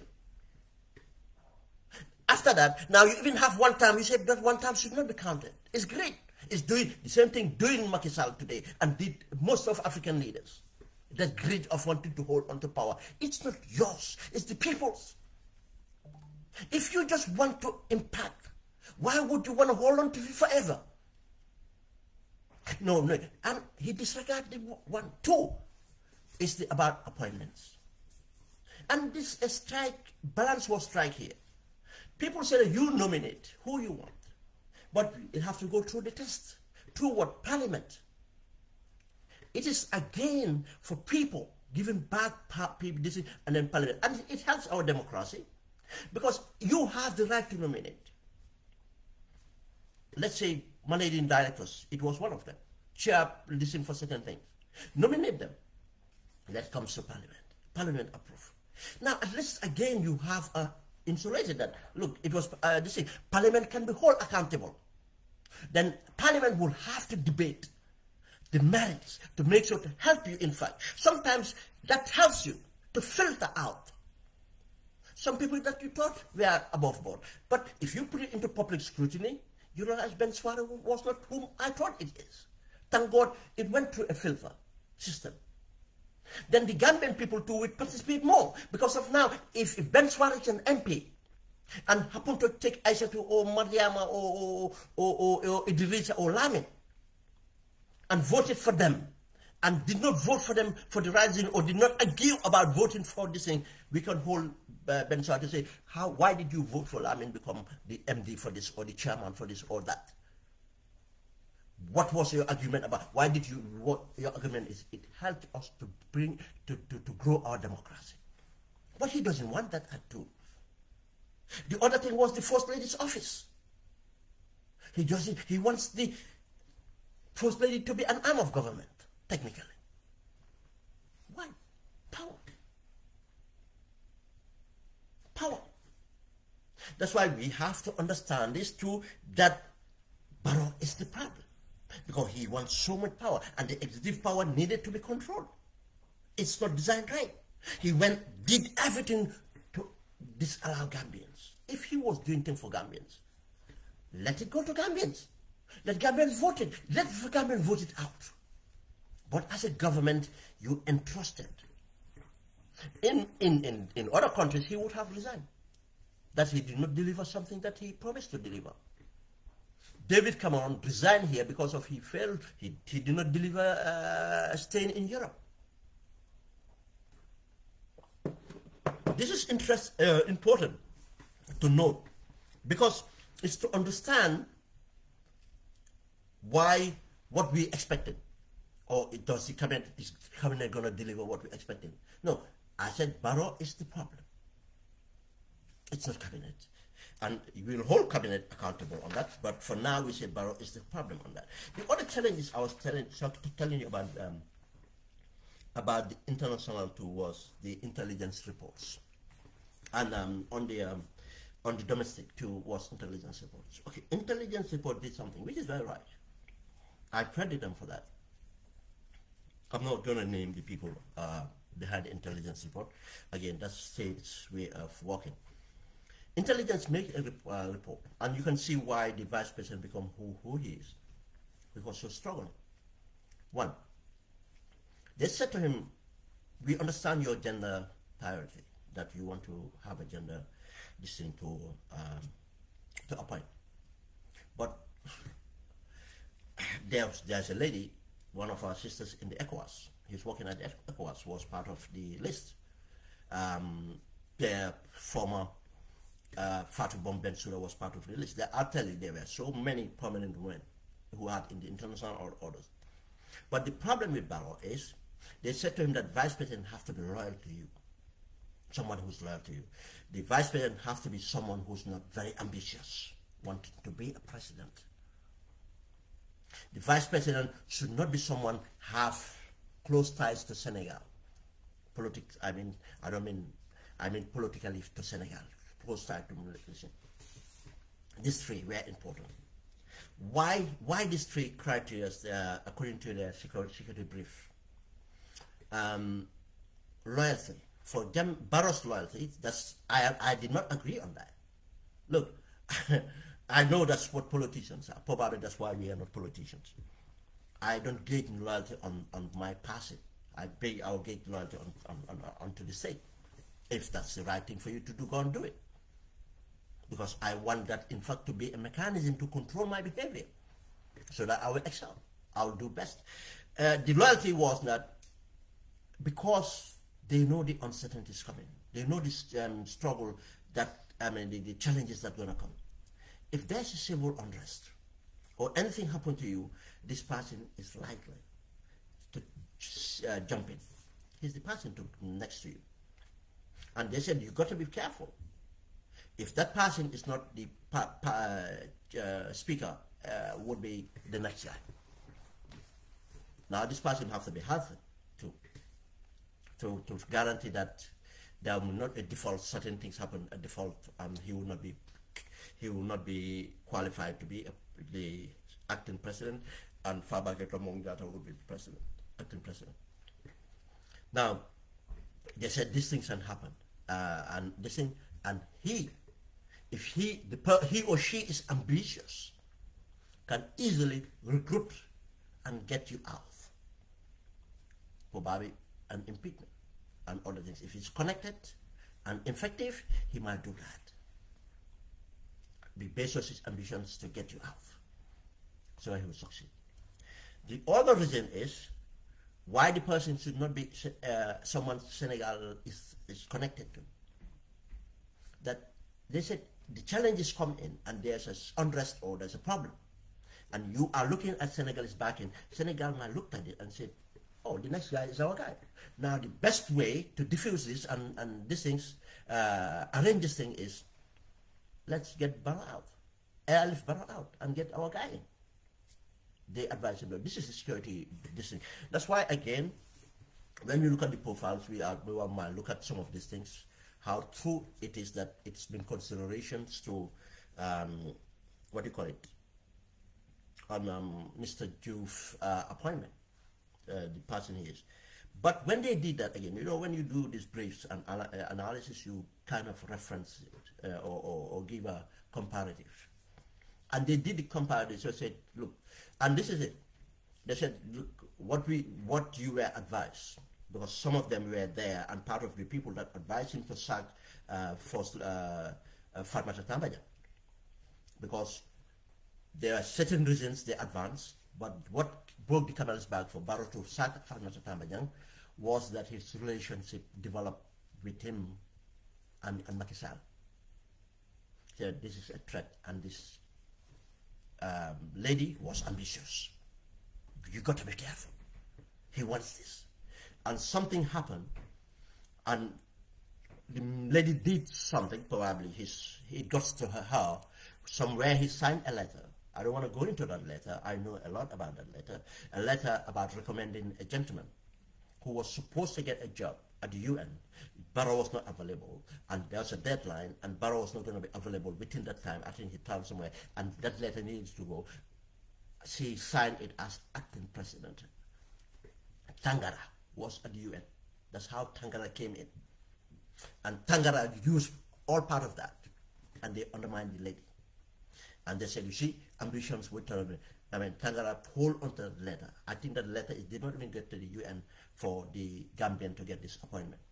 They took that letter to Barrow to say, you see, I mean, this lady is too ambitious, and you know, the relationship with Macky Sall, this, and next minute you'll be going. And Barrow was so shaky.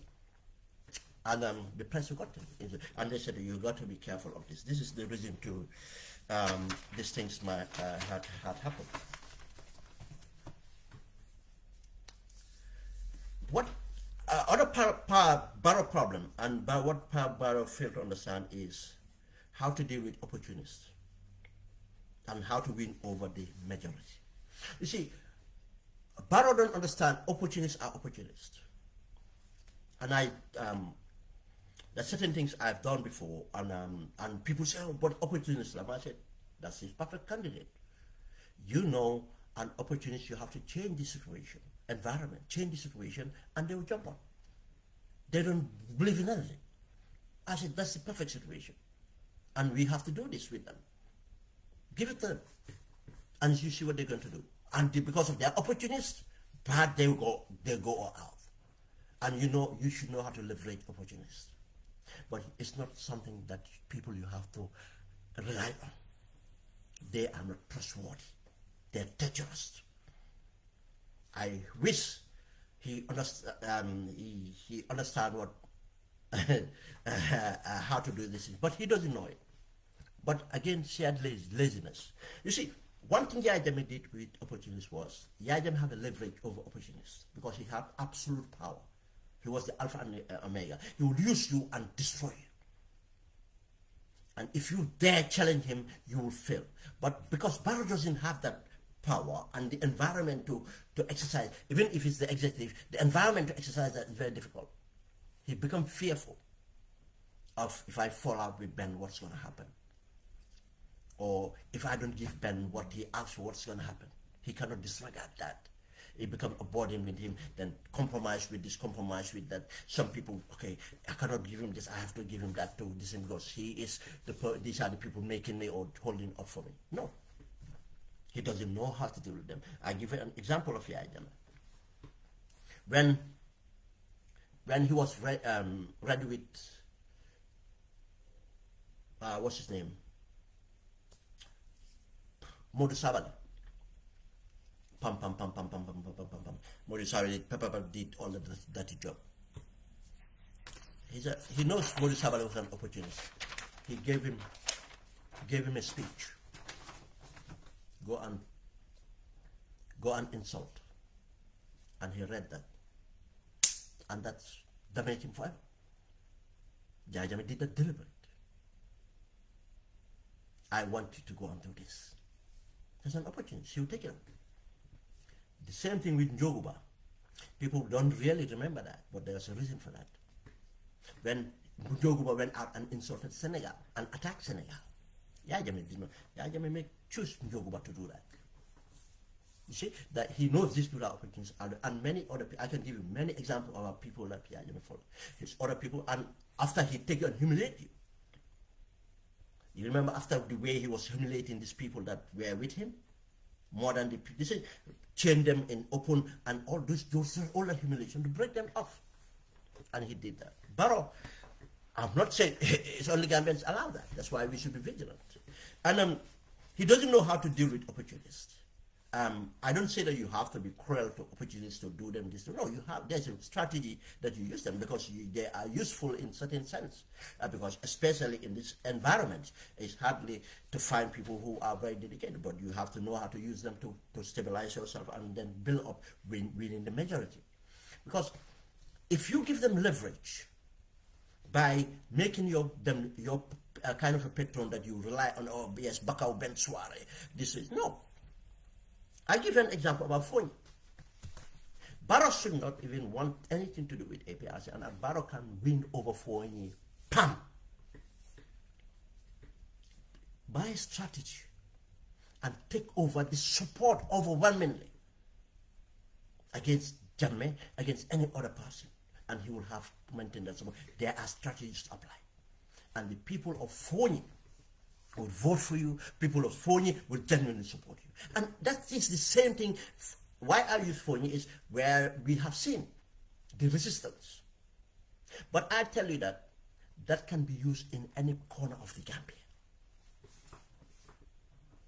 You don't need certain Banjulians to hand over Banjul to you. Look at so-called opportunists listening. When, oh yes, why dañoo ñëw clean NPP, lifin di ko 3 million lañ joxe, why gisuñ lii, another go. You think you want to, I know, because of, you want to tell me these are the people representative of influence in Banjul? Or Banjul is only influenced by 3 million, 4 million? Simple strategies. Banjul don't still have a youth hall. Banjul don't have a lot of things. Because of you went on a corrupt project. You see, you make it easy for people. I mean, as I said, he doesn't know how to do it. Democracy give him to do that. He doesn't need any form of repression or anything. I'll tell you, democracy give him to, he have a mandate to deliver the mandate effectively. But his greed would not allow him because of his corruption. Now he relies on these opportunities, and this is where the problems are. We're going to see, look at it in profiles. And we talk about the accessibility, and accessibility which doesn't mean in humility. No. Again, this is lack of sophistication, and that's a problem. And we have to understand the importance of the executive, which, as we discussed in the draft constitution, that he just won that power. But the importance of this executive here, why we need to influence control, and that's why we discussed that consultations through that, and it came out in the constitutional reforms or draft constitution, is to understand the objectives. Now, how does this work? Ministers might be appointed. You appoint Ben Swar as a minister for something, defense or whatever. Now you undermine that appointment by bringing people who are counter doing something different. And because of they are head of institutions and they are answerable to you, as they are answerable to the minister, you undermine the position of the minister. Either. That's why now, if you look at him, I appoint someone as finance minister. Now, if he dictates the appointments of board of directors, that's one way of influencing and undermining these things, and what he wants will come out of that. Now, certain businesses will come in and they go to Barrow, because that's the reason Barrow have a permanent secretary for investment. He did not have permanent secretary for investment for nothing. It's not effective governance or anything. We have GAIPA, we have the Ministry of Trade.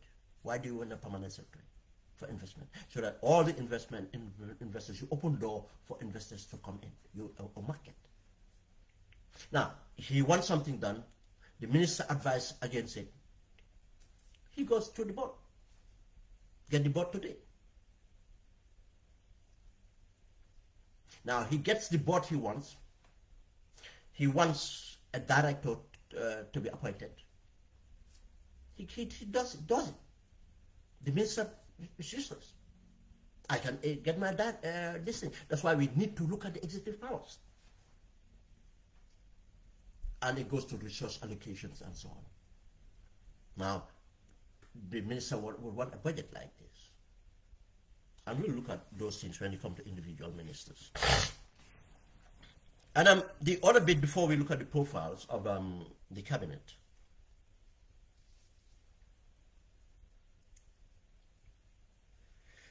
We look at the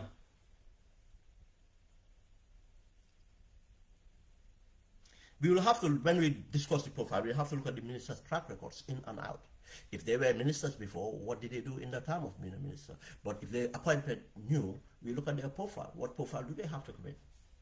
What's their track record, to come in, when we discuss that. The other things we'll discuss is the history of confirmation. Where people, you hear Ben Swari, oh, Ben Swari, we go on IMF. Ben Swari, we go on World Bank. Ben Swari is good. I'm like, yeah, Ben Swari, yeah, they're going to retire for it. But what do you know, retiring for I'm not pension or whatever, Ben Swari is broke. In a sense, his lifestyle. Now, Ben Swari is in Gambia. Does not mean that Ben Swari will not do the good thing. But again, Ben Swari might have the degrees, might have the past experience and everything. But morally, Ben Swari is broke. Financially, Ben Swari cannot maintain a lifestyle. Now, you give him a position, he knows all the right thing to do, but now, because he wants to satisfy certain things, he looked the other way and let the president dictate what he wants. And he just confirmed with a Gambia. I'm like, no, Gambia. Then the standards he have from outside and everything, experience to bring it, he will not apply that because of he wants this position now. It's interesting because most of people are lobbied. They lobbied for these positions, and that's the reason they lobbied. They're not just retired. They just don't want to come and work for government or to serve. They want this money. Doesn't mean that all of people are. Let's be right enough. No. But the proof of that is when they serve, we'll know. If things are not working in there, we'll ask them why they're not working. If they did not rock the boat to see dissent in a way, they say, we don't know. He's just one of them. And again, once they become a minister and have I don't know now whether the flag flies on their cars and the entourage, the opening of cars and everything. They don't want that to finish. The guards at their houses or wherever it is they go, the praise singing everywhere, they don't want to leave. That too is something that we have to keep in mind when we look at our profile ministers. But again, it will be based on their track record. What do they do? Some of these things we don't know. They might do well outside, they come to government at crap. Bailamin Job is one of them. And others we have seen. And yeah, those are the bits we're going to look at in these profiles. And we look at the old minister, we look at the old and the new in that position, and their track records inside and out. If you just let me, we just open this so that I can read the names of the ministers and what I believe or think it's what's going to be or who they are, what their appointment means. Okay, we started Vice President Ali Badara Diouf. As we said, I think the reason for Barrow's appointment as a Vice President might be informed and based on, again, the advice received from the Intelligence Committee. Let me say Intelligence Committee, but these are not the traditional guys. Let's just put it that way. Of what to believe. Badra, as people that know him, let me use ambition. I don't mean Buguduba. It's not. I don't mean that. You know that Buguduba mean many things, or ambition might mean many things. But I mean, he's not a kind of a. People that know him say he's not kind of a greedy, ambitious, would undermine you to become something. He's not ruthless. Yes, let's say she's not ruthlessly ambitious. Probably when they look at the profile and everything, said, yeah, but among this list, he's the best option on this, that you can trust that he will be, probably. Some people said, I'm not sure how true it is, they used to be a teacher for him or whatever, they might have, he might have a personal trust or feeling towards their relationship, and the time he spent in cabinet. I was told that Badara was a very mature person in cabinet. In fact, he has shut down a lot of small talks, and particularly one that happened among certain people. And what happened was, Barrow started to speak Sarahule to Bartambido or someone else who speaks Sarahule. And whilst they're sitting there, and Badara said, no, President. No precedent. And this is what I hear from people. That's he is very mature in cabinet. He's been a unifier. He's respected across the board. And yeah, this might be something that attracts the president to Badra, and he fits the profile of this. And I don't know of him of any ties with Senegalese politicians. We all have some ties with Senegal, politicians from Mamata, and he's not a political type. He's really a technocratic type. He's not a political type. This might be a reason that influences his appointment.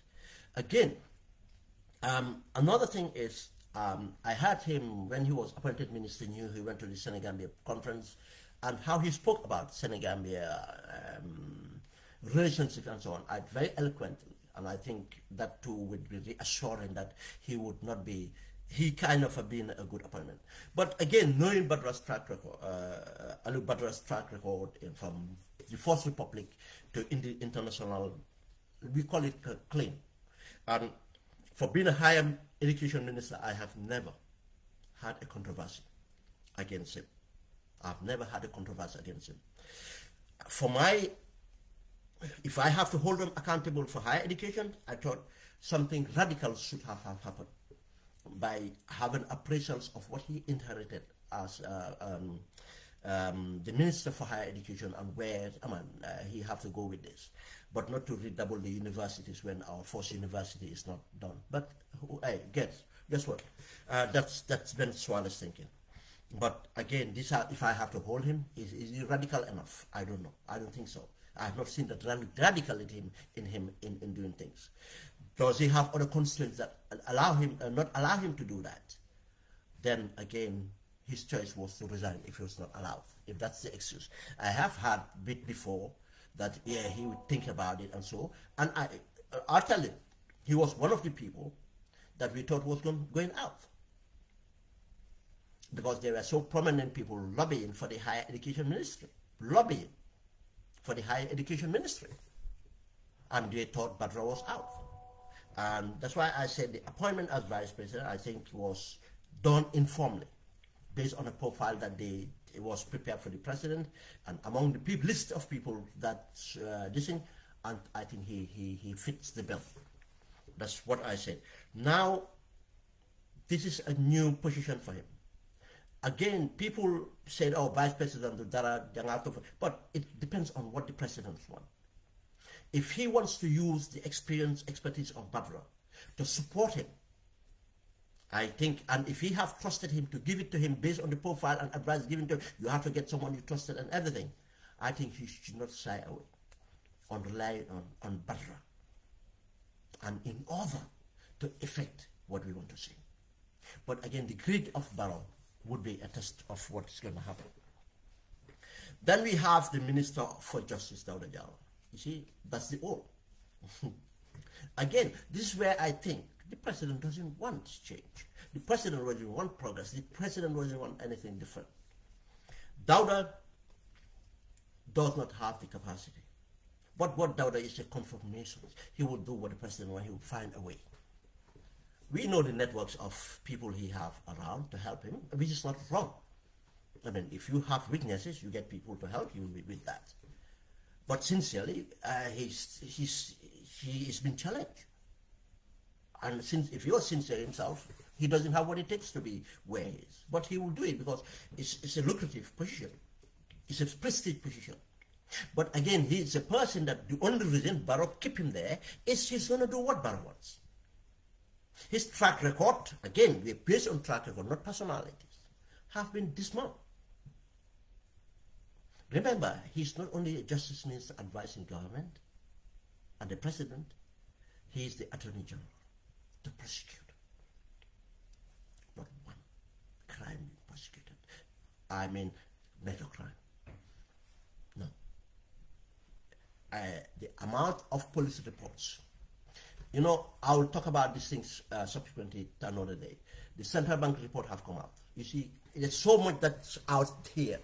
That's why I'm thinking of building a platform to do it properly, and other people can come in and take it up. There's so much building in that country that people are sharing. We have access to the central bank report now for the central bank scandal. But it's not coming out. People like Dawda are complicit in covering up. You see, the Gum Petroleum, you see the way they're trying to do it, not the right way. They are trying to selective justice again. I can tell you from so many corruptions, the cocaine and everything else, so many corruption, but Dawda is serving the purpose. But Barrow could have been a change if he was sincere for change, experienced, independent person who will be able to do the right things. But no, that's what he wants. Foreign Affairs Minister Modu Tangara, what do we have to say? He have a track record of confirmation, been doing what the executive wants. We have seen it with Jammeh to the extent of his fighting, fist fighting in the streets of New York, insulting for Jammeh. We're surprised. And we've seen how treacherous he is when he became ambassador in UN under Jammeh, under Barrow. How he, part of the plot, undermined the vice president in order to come back to cabinet. And his track record in cabinet, what he did for Barrow, the rights of the aspirants to vote. He was one. He just ignored that constituency completely because they don't want, they want our remittance and everything, but it's stupid enough. They don't even want to even harness the other capitals. I can sit down and name 12. But let's say, just so it's, if you come to human resource capital, 1. If you come to the social capital, and the social capital can mean a lot, that they can leverage and be part of our development programs. If they come to the, when we talk about the human resource capital, the way the human resource capital could be used today to support the education in the Gambia, support everything, they have no strategy on it. He's not interested. Because involving us would be, for him and Barrow, their small man mindset is they are giving control to us. They're giving us influence. I mean, I can give you many ways that that could run. He's not interested. Gambians are doing as much as possible. Give the remittance in different ways, support their family or building their own feature or giving to philanthropists. They do all that. Supporting communities, do all that on their own. But this thing could have been something else. I mean, the helping the economy, using the diaspora finances for the economy, yes, diaspora bonds that could have big partnership. They wanted to extend some of the project, and they were terminal. They were something where they were asking for 100 million. I'm not saying the entire 100 million will come from the diaspora. I think a chunk of that will come, but they don't want that. He's going to do what Barrow wants. The only serious contender to the position was, again, another person, Bartambedu. Yes, Bartambedu was on the list. I know he's going down to say, no, Barrow approached him, but he doesn't want it. That's not true. He loved it. And Bartambedu loved it. And Barrow was more comfortable with Bartambedu because Barrow still, that he was angry with Barrow, still with certain things that happened. This is the point. Is Bartambedu going to be any difference? No, he's going to do exactly what Barrow wants. Ignore the diaspora, ignore anything, and just run and try these things. Does it progress our country? No. I'll tell you, because there's no development partner better than the Gambian diaspora today.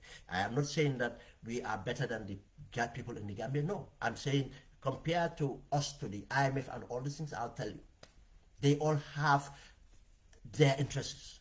And our interest is a mutual interest to entire Gambians. Even a Gambian want to benefit themselves from the diaspora, to benefit themselves in the Gambia, is a benefit. They're going to take everything back home. And if they take it back home from the banks, be safe in the banks or transactions, any transaction they do, they are benefiting someone who is not part of their family, and they benefit in the country. If they owe any part of the country, it's the Gambian owing their own. If they build any business, it's Gambian businesses. And this is why I say, but no, he will not do that. We move on to 𝐶𝐸𝐬𝐜𝐜, our 𝐶𝐸𝐬𝐜𝐜. Okay, 𝐶𝐸𝐬𝐜𝐜, as I said. And you see, I know people who doesn't like Mambo Njie for political reasons. Majority don't like him because of he's corrupt, and he enabled corruption. And I'm part of those people that like him for that. I mean, technically call him a brother, because there's so much of interrelationship I have with him. And probably I don't talk to him now, but he was a friend before. We had so much distance up till he became finance minister. But I know people are looking at, measuring at Mambo Njie and their dislike for Mambo Njie. Some people think he's arrogant or whatever it is for his bad deeds or something. Some people are political. But Mambo Njie is no different from 𝐶𝐸𝐬𝐜. 𝐶𝐸𝐬𝐜 might even do worse than Mambo Njie. And again, based on records. I say, the records, they will tell you, this is what I did in the international. International is structured. Some of these people will do well in the international because it's structured. The UN is structured. The IMF is structured. ADB is structured. Everything. You go in there, you fit in according to that structure. You cannot bend that structure, you'll be out. And apparently, he resigned from the ADC because he asked to resign from ADB because of a project, of the airport project in Senegal. But we don't even go to that. Let's say his record in cabinet. What effect, impact did he have in trade? In fact, we've been losing trade. Since he's been there, we lost trade values. What's our trade the deficits? When embargoes, there's an embargo, a policy of embargo to happen during the time of Gambian harvesting onions. Even that he cannot put in. Because of what? The pressure from the executive, the president, the importers of onion have a monopoly against the producers of onion.